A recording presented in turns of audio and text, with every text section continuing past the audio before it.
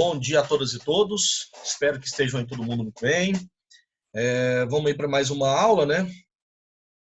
Hoje o nosso 10º encontro aí da quarentena, 10º encontro ao vivo, né? Já estamos aí rompendo já segundo mês e tanto já de quarentena. E a gente hoje vai trabalhar um assunto extremamente importante, né, para a área da filosofia, que é a filosofia helenista. Nas últimas 2 aulas, nós trabalhamos sociologia, certo? Lembra que a gente trabalhou o Weber, né? Eu matei o Weber. Próxima aula nossa, a gente vai trabalhar Marx. Beleza? A gente trabalha Karl Marx. Portanto, a gente vai estar trabalhando agora nesta aula filosofia helenística. Alguns alunos aí tinham me pedido, professor, quais foram os conteúdos que você já trabalhou aí ao longo do ano? Presta atenção, os conteúdos que a gente já trabalhou aqui, ó. Eu vou deixar aqui anotado para vocês. Tem aluno meio perdido aí, não está entendendo nada. Mas, cara, só falta de atenção mesmo. Ó. Conteúdos de filosofia que já foram trabalhados. Beleza? Então, olha só. Nós começamos o ano com introdução à filosofia, discutindo mitologia na primeira aula. Aí na segunda aula a gente discutiu ali junto desse conteúdo o surgimento político da filosofia, as questões sobre, né, contexto histórico. Depois a gente foi em filosofia antiga 1, aula que a gente discutiu os autores pré-socráticos. Beleza? Depois nós discutimos filosofia antiga 2, Sócrates. Foi quando a gente terminou esse conteúdo. E aí o outro assunto, esse aqui, a filosofia antiga 3, já começa na quarentena, que foi o Platão. Certo? Platão. Depois a gente entrou no conteúdo de filosofia antiga 4, Aristóteles, onde a gente terminou nas últimas aulas de filosofia. E hoje, filosofia antiga 5 é a última parte da filosofia antiga, que nas próximas aulas de filosofia a gente entra em Idade Média, né? Filosofia antiga nós trabalhamos o helenismo, certo? Conteúdos de sociologia que nós trabalhamos.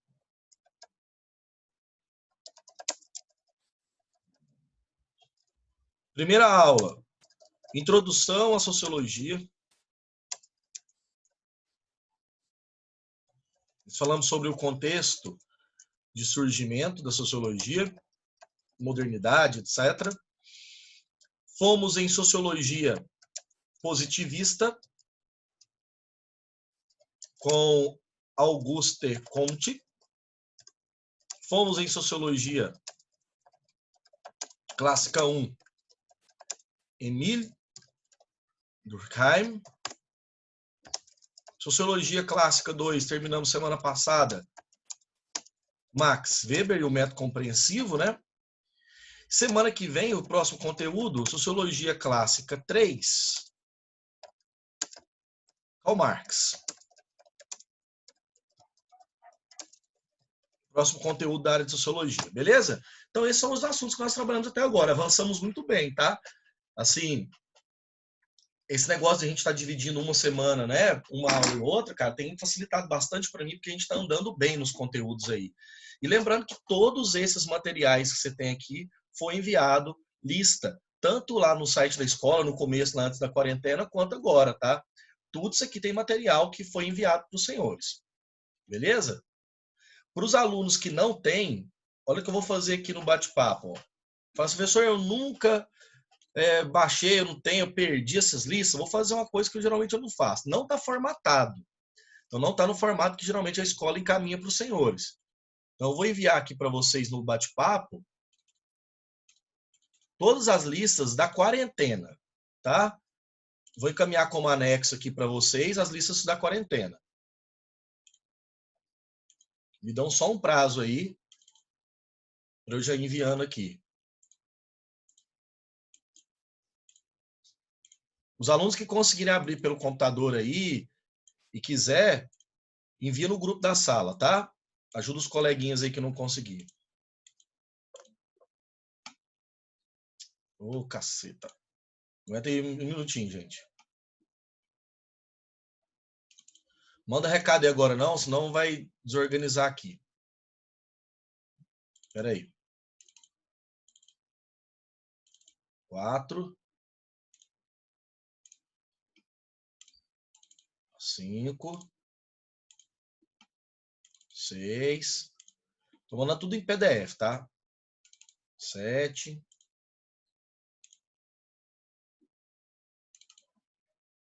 Aqui vai a 8. Weber 9. E a de hoje, já estou até encaminhando aqui, mas o colégio vai formatar, enviar bonitinho para vocês, como eles sempre fazem aí, tá bom? Então, todas as nossas listas estão aí disponíveis para vocês da quarentena. Fechou? Que as outras foram entregues físico, né? Então, aí eu não tenho como mais fazer isso. Bom, então é isso. Alguma dúvida ou questão no início da aula aí, para a gente já começar o tema do helenismo?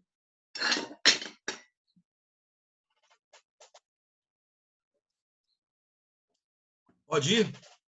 Tudo ok? Então partiu. Galera, é o seguinte, o tema da aula de hoje é um tema extremamente importante, é o último ponto da filosofia antiga. É o momento que nós vamos ver uma transição muito clara da filosofia grega para a filosofia romana, um momento de decadência daquilo que a gente já estava acostumado a discutir, que é as questões de conhecimento, a teoria da verdade, ciência, política. Nós vamos discutir hoje uma filosofia muito mais voltada para a vida do dia a dia. Vocês vão gostar pra caramba. Pelo menos eu amo essa parte da filosofia antiga. Gosto muito mesmo, de verdade, assim. Quer ver? Primeira coisa importante, anota o título então da aula aí, né? Filosofia helenística. O que eu quero começar a nossa aula? Quero discutir o seguinte, o que é helenismo, né? Se a gente pegar do ponto de vista histórico, se nós pudéssemos aí, por exemplo, elaborar uma reflexão histórica mesmo aqui, eu acho que um ponto básico seria o seguinte: entende-se como filosofia helenística, ou período helenista da filosofia, ou período helenista na história, o momento em que nós vamos ter uma influência da cultura grega muito forte, beleza? Nas regiões conquistadas pelo Império Alexandrino, ou pelos domínios de Alexandre Magno, Alexandre o Grande. Que momento é esse, né? Historicamente, o helenismo está entre os séculos 3, 4 a.C., momento ali onde a gente vai ter um domínio, um predomínio muito forte do pensamento macedônico, beleza? Do pensamento macedônico, e ao mesmo tempo, numa época em que o pensamento filosófico ele vai ter uma mudança muito drástica. Por quê? Olha só consertando aqui um trem que eu tinha errado aqui, tá?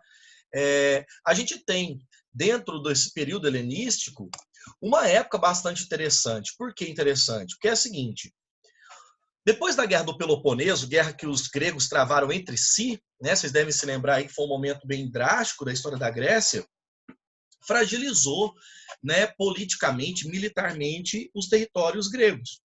E isso favoreceu, inclusive, né, a entrada e a invasão de alguns outros povos, né, externos, como, por exemplo, os povos macedônicos. O governo de Amintas, rei Amintas, e o Felipe II foram os fundamentais na invasão grega. O Império Macedônico de Alexandre, filho do rei Felipe II, vai herdar toda essa herança de território. E o Alexandre vai ser aquele indivíduo fundamental na consolidação da cultura grega em outros ambientes. Alexandre fez questão, por exemplo, de levar toda a parte da cultura e tradição dos gregos para outros povos, com exceção da política. Por quê? Porque a vida política grega, vocês devem se lembrar, tem aí um aspecto básico da democracia, né, da cidadania, da participação política do cidadão na vida da cidade. O governante, na verdade, ele tem atitudes ali interessantes, mas é o cidadão, através das suas virtudes, das suas qualidades, que vai, né, estabelecer, por exemplo, aí uma busca de uma vida justa. Alexandre submeteu a Grécia a uma tirania. Foi um governo déspota, foi um governo baseado em violência, foi um governo baseado na quebra dos direitos do cidadão. Portanto, escutem bem, vai ser durante o século IV a.C. que nós vamos ver uma espécie de momento que a cultura grega vai se espalhar para outras culturas, para outros ambientes, principalmente nas localidades que Alexandre havia dominado, principalmente o Egito e a região do atual Oriente, né? A parte, vamos pensar assim, do Oriente Médio. Para vocês terem uma simples noção, Alexandre desenvolveu tanto o aspecto cultural dentro dos territórios conquistados por ele, que ele vai fundar em Alexandria cidade atual, né, no Egito Antigo,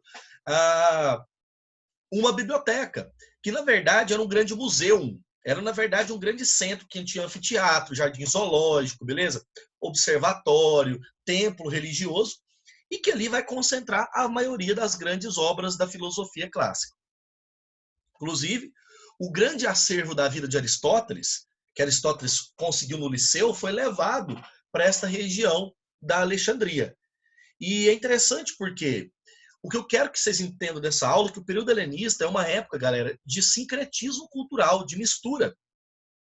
Sincretismo é mistura, mistura de valores culturais, de hábitos, de tradições e elementos que vão estar dentro da cultura grega. Essa tradição, esse momento histórico, essa difusão de valores gregos em outras culturas, vai gerar uma mudança profunda na filosofia. Qual mudança é essa? Escuta bem agora, tese da aula. A filosofia clássica era muito preocupada com essas questões que vocês observam aqui. Ó. O interesse da filosofia clássica de Platão e Aristóteles era na polis, lembra? Na cidadania, numa vida justa, na tentativa de fazer uma vida política coletiva perfeita. Com a fragilidade das polis gregas, as invasões macedônicas, a filosofia platônica clássica dá lugar a uma filosofia mais baseada em questões práticas e morais. Uma filosofia não associada, por exemplo, a discussões científicas, como Aristóteles queria naquela metafísica, mas discussões de cunho individual. Por exemplo, o que é ser feliz? Ser feliz não é felicidade no sentido coletivo, igual Aristóteles queria. O que é ser feliz? O que é uma vida boa, politicamente dizendo?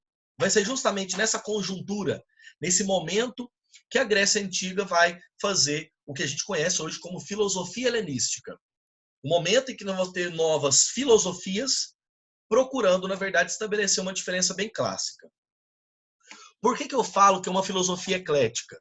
Porque não há, gente, não há nesse momento, olha a distância, século IV a.C., Grécia. Os romanos invadem a Grécia em 147 a.C. Então, peraí, no século II a.C., a Grécia é território de Roma, 2 a.C. Até o século II e III depois de Cristo, você tem ainda helenismo. Quer dizer, você tem, na verdade, uma filosofia que ela é baseada numa espécie de época muito longa. Por isso que ela é eclética. Eclética no sentido de que ela é múltipla.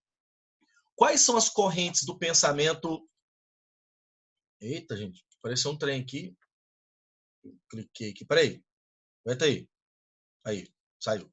Quais são as correntes, né, do pensamento helenístico que a gente pode, assim, considerar? Presta bastante atenção no bate-papo que eu vou anotar para vocês aí. Tá? Vamos lá. Primeira coisa.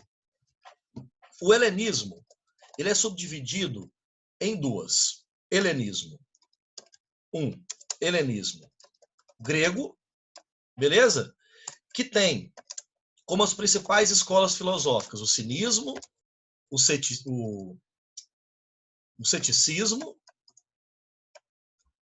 o epicurismo e o estoicismo. Estoicismo grego.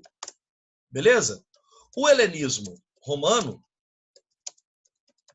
que nós vamos trabalhar somente na próxima aula de filosofia, daqui 2 semanas, você tem o chamado estoicismo latino, que aí ele tem várias variações internas. Você tem Epiteto, Sêneca e Marco Aurélio como os principais representantes desse momento. Inclusive, Marco Aurélio era até imperador romano. Quer dizer, o helenismo, de modo geral, ele é subdividido nessas várias tendências. Então, você tem uma parte aí do cinismo, do ceticismo, que eu vou trabalhar na aula de hoje, e depois o epicurismo grego e romano, que vai ser a nossa próxima aula. Fechou? Cinismo, tópico da aula anotado aí para mim, para a gente poder trabalhar. Vamos lá. Primeira coisa importante, o que é um pensamento cínico? Né? O que é uma pessoa cínica?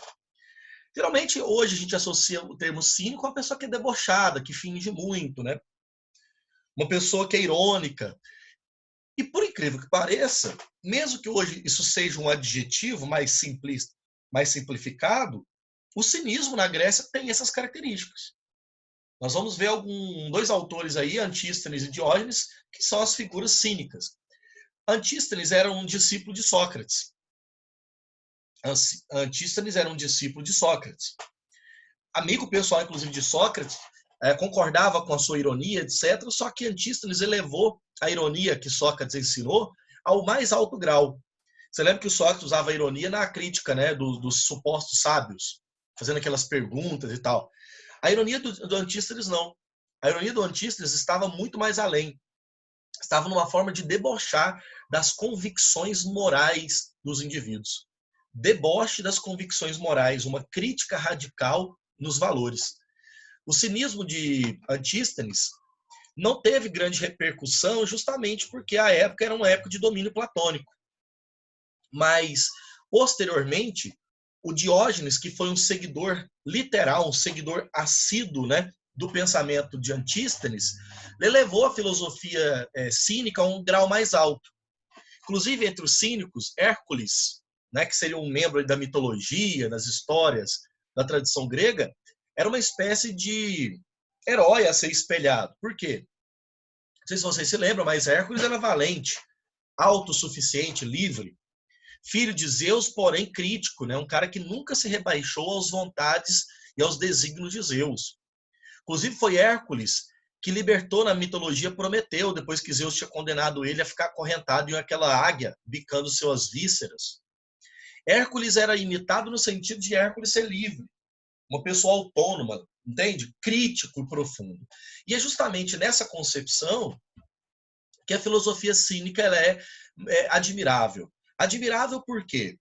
Diógenes levou o cinismo como a filosofia mais prática do helenismo. Como assim? Qual que é a função do cinismo? Levar o indivíduo a uma vida de autossuficiência. Beleza? De autossuficiência. A palavra cínico, cinismo, vem do grego cão, cachorro, kinos de cachorro. De acordo com Diógenes, o filósofo verdadeiro deveria viver como um cachorro. Você pensa, quem tem cachorro aí vai me entender, né?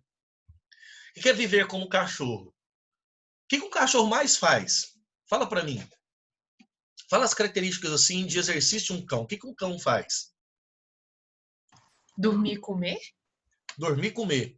Representar e desenvolver os seus desejos, certo? Mas lembrando que são seus desejos o quê? Naturais. São seus instintos. Vive de acordo com seus instintos. Cachorro é interesseiro? Sim. Não no sentido racional da palavra, mas ele é interesseiro? Sim. Não é? Ele só vai para você, por exemplo, quando você tem alguma coisa para dar para ele.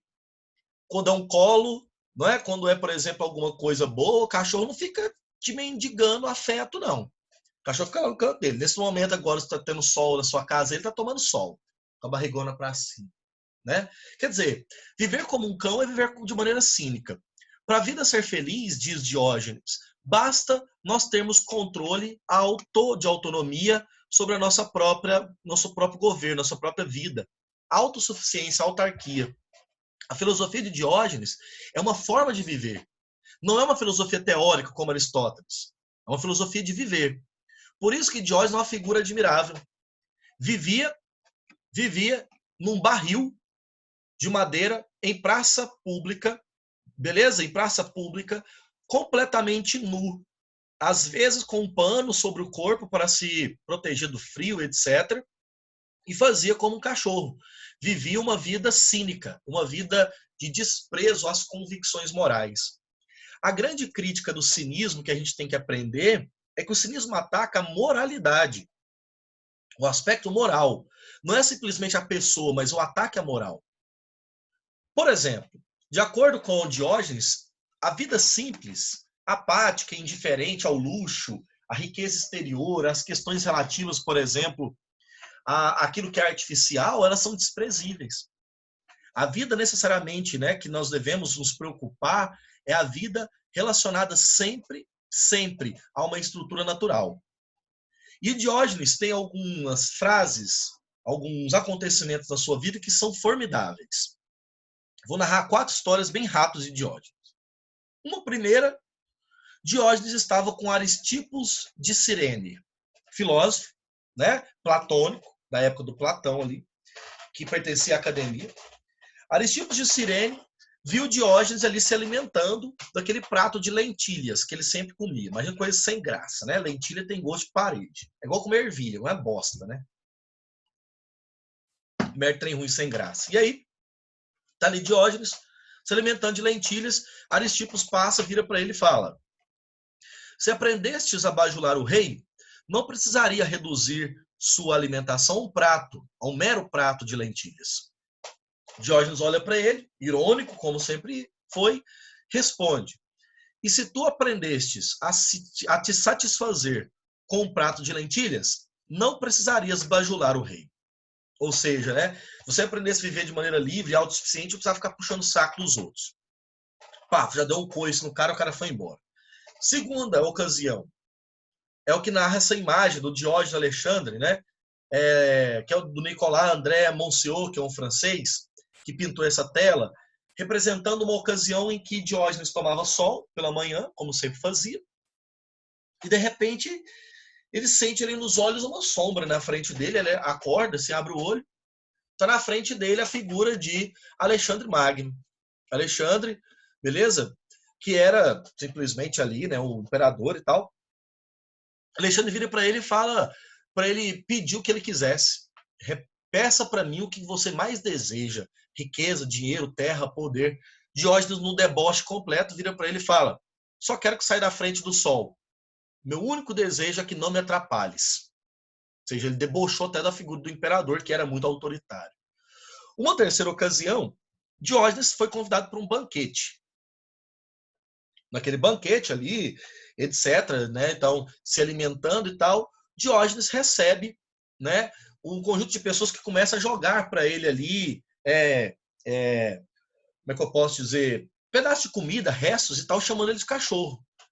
E aí Diógenes, como um cão, agradece, pega aquela comida, enrola ali no seu trapo, aquele corpo ali, naquele pedaço de pano, fala que não precisaria mais sair do barril onde ele vivia, porque as pessoas jogaram resto de comida para ele tinha comida o suficiente para alguns dias. Ele agradece, mas diz: já que me trata como um cão, e cão eu sou, vou fazer como vocês querem. Vou fazer como um cachorro. Ele urina na mesa onde as pessoas estão comendo e vai embora. Ele mija, demarca o território e vai embora.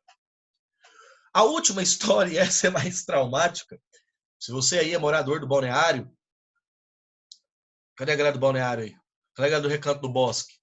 Urias, Sapolândia, galera da Sapô, você que mora no...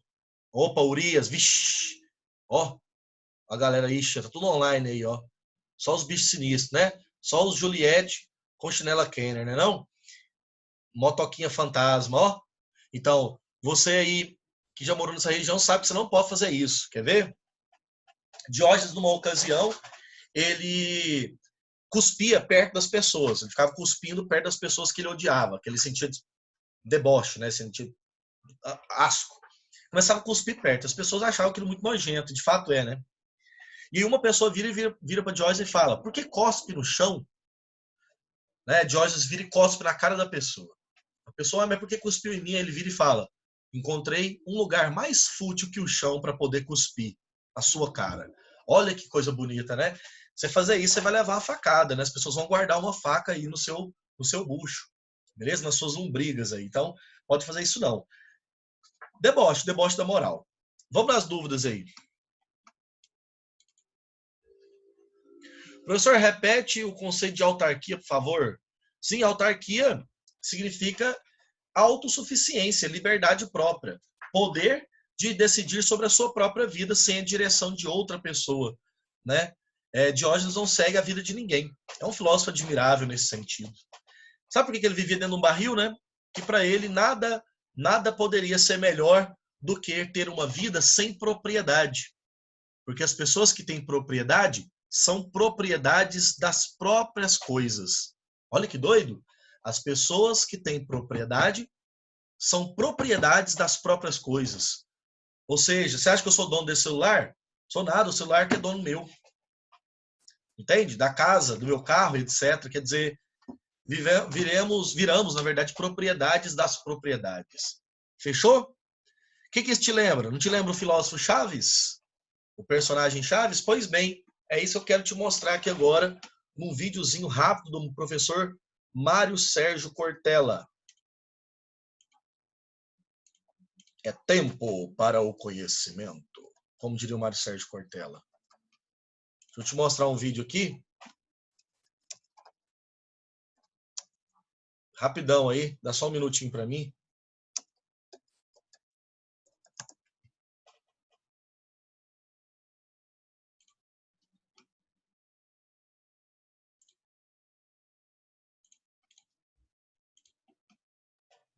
Presta atenção no vídeo rapidão, é 2 minutos. Esqueça que é o Danilo Gentili, ele é um babaca mesmo, não gosto dele também não.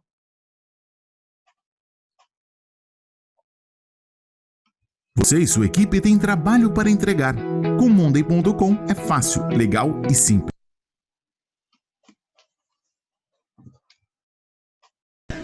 Eu tô vendo aqui no seu livro, já tem uma frase que todo mundo, todos os jovens vão conhecer, que é "foi sem querer querendo".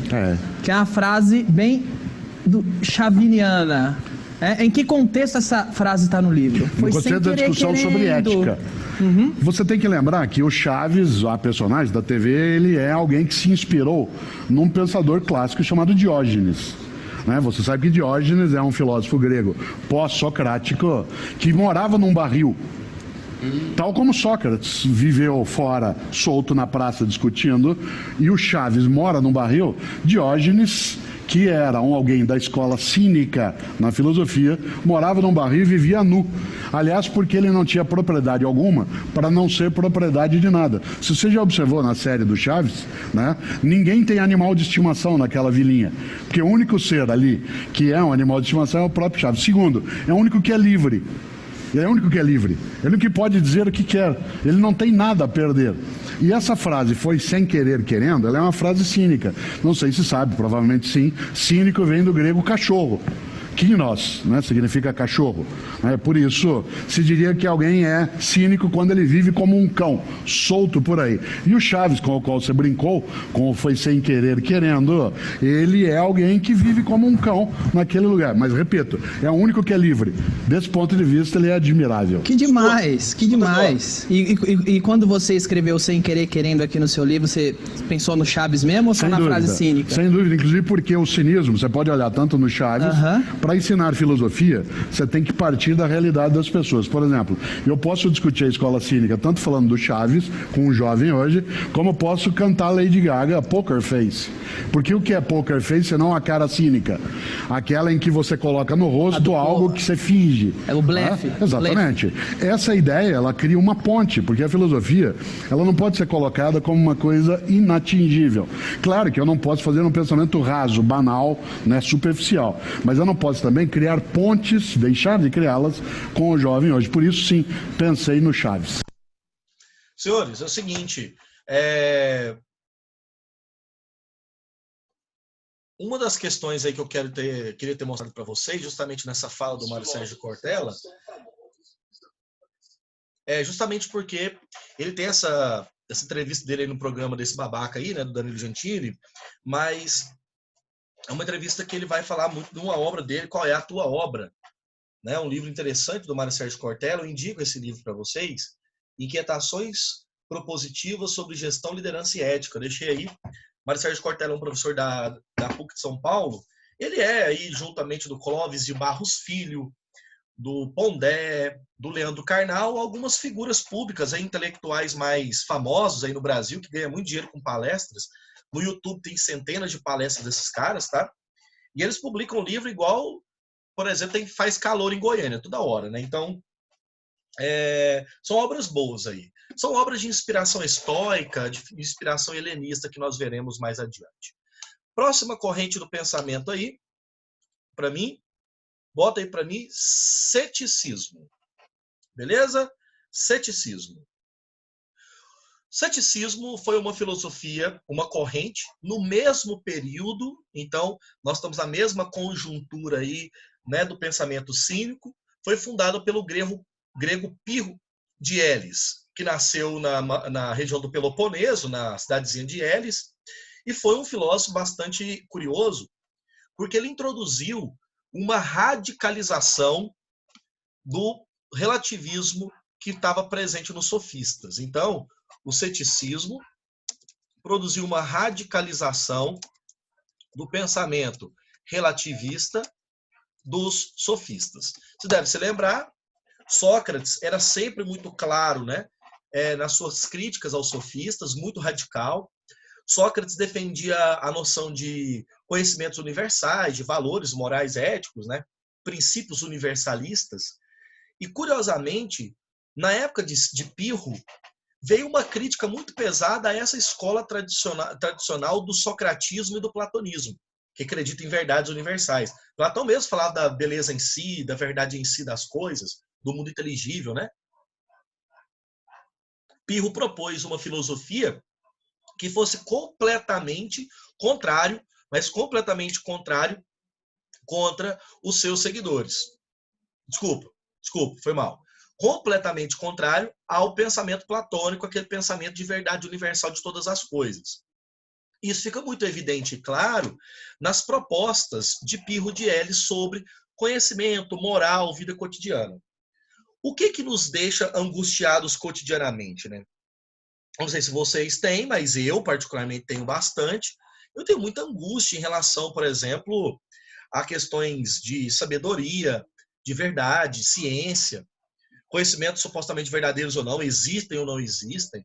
Eu já me preocupei demais com isso, hoje nem tanto mais, porém ainda me é uma preocupação. Isso me tira o sono, isso me causa sonos inconstantes, entende? Sonos assustadores, sobre questões existenciais, sobre morte, sobre vida, e Pirro vai resolver essa questão. Ele vai dizer o seguinte, é preciso a gente entender o mundo de maneira acataplesia. Então, a catalepsia, mais a afasia, mais a prática, leva a uma vida de ataraxia. Vamos entender esses conceitos? Nós nunca conheceremos a realidade como ela realmente é. Sempre teremos uma opinião da realidade. Nós nunca... Mateus, levantou a mão aí, querido?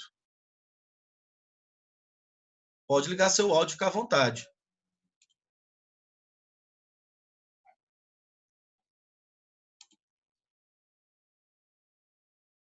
Beleza.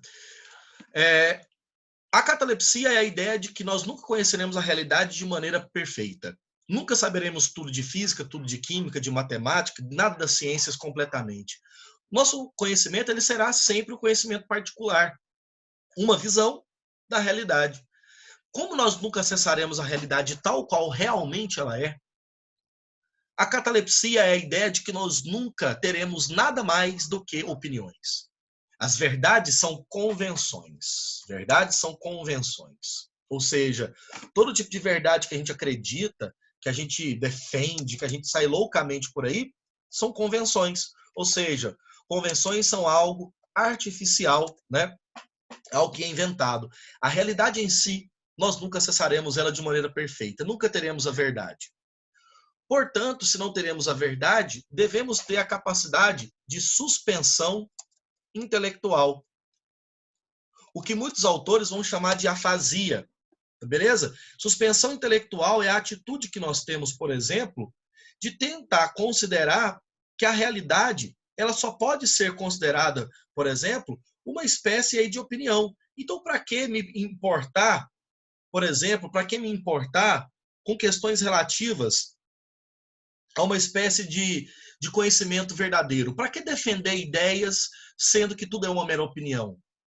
Então, a suspensão intelectual ou afasia também é conhecida na Grécia como epoké. Desse jeito aqui, ó, epoké. Afasia ou epoké, que é necessário, então, preservar uma atitude de suspensão intelectual. Então, a pergunta que eu faço para você é, Rafaela Torres, primeira pessoa que apareceu aqui na frente, que me ajuda numa parada aqui. Se você quiser abrir o áudio, fica à vontade. Rafaela, o que é Deus? Aliás, Rafaela, Deus existe para você?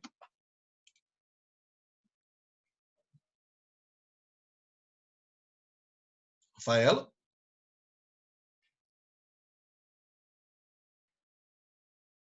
Ixi, alguém tá dormindo.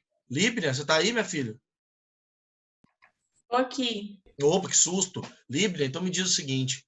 Para você, Deus existe? Existe. Certo. Foi bem convicta. Existe. É uma posição.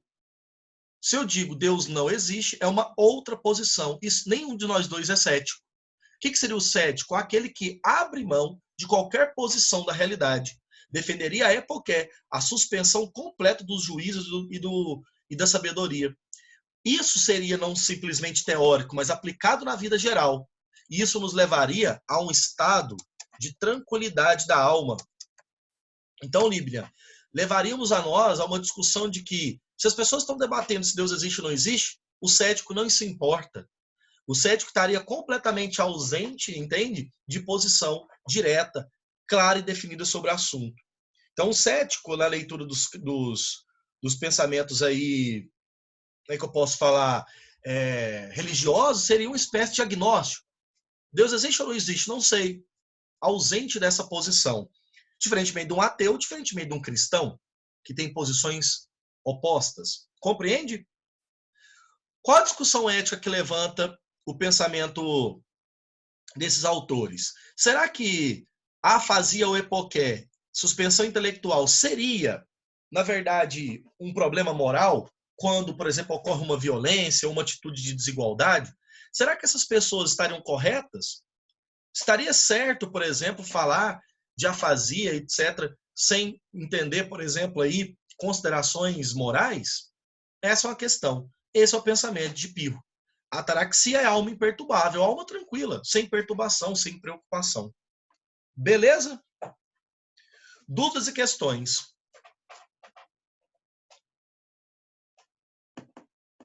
E aí? A capacidade de levar a imperturbabilidade é pela epoqué, viu? Beleza? Duvidar do caráter bom ou mal das coisas, isso é fundamental do indivíduo não aceitar coisa alguma, então ser imperturbável. Ó, falta um minuto. Seguinte, senhores. Lista que vocês vão receber a lista 10, ó. Vocês vão ler o texto abaixo e vão responder as questões para mim. 2 páginas só de texto, frente e verso, e depois as questõezinhas aqui, de helenismo, tá? Semana que vem eu entro no Marx, com vocês começo com o Marx. Moral e afasia, cara, é a seguinte, será que uma pessoa que é afática, que ela abre mão das suas convicções de posição, estaria sendo ético? Imagina você suspender intelectualmente a violência do homem contra uma mulher. Não vou julgar como errado nem como certo. Seria ético? Esse é um problema que os céticos vão receber muito na moralidade. Muito cético vai receber essa crítica. Valeu, senhores. Boa semana. Grande abraço para todos aí. Muito obrigado. Até mais. Tchau, tchau.